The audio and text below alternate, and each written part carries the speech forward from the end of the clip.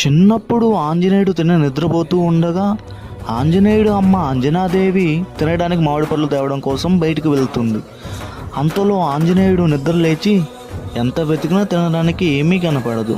అలా వెతుకుతూ బయటికి వచ్చి చూడగా ఆకాశంలో మెరుస్తూ నిగనిగలాడుతున్న ఒక పండు కనపడుతుంది. అబ్బా, ఈ పండు చూడడానికి ఎంత బాగుంటే ఇంకా దీన్ని కొరికి తింటే ఇంకెంత బాగుంటుంది అని అనుకొని గాల్లోకి ఎగిరి పట్టుకోవడానికి ప్రయత్నిస్తూ ఉంటాడు. ఆంజనేయుడు ఎంత దగ్గరికి వెళ్తున్నా కూడా ఆ పండు ఇంకా దూరం వెళ్తున్నట్టుగా ఉంటుంది. నువ్వు ఎంత దూరం అయినా పో, నేను మాత్రం ఈరోజు నిన్ను వదలను, నిన్ను తినాల్సిందే అని ఇంకా వేగంగా వెళ్తాడు. ఆంజనేయుడు నిగనిగలాడే సూర్యుడిని చూసి మామిడి పండు అనుకుని తినడానికి వెళ్తాడు. అలా వేగంగా ఆంజనేయుడు భూలోకాన్ని కూడా దాటి వెళ్తూనే ఉంటాడు. ఆంజనేయుడు ఎంత వెనక్కి తిరిగి చూడగా ఈ భూలోకం కూడా ఒక పండులా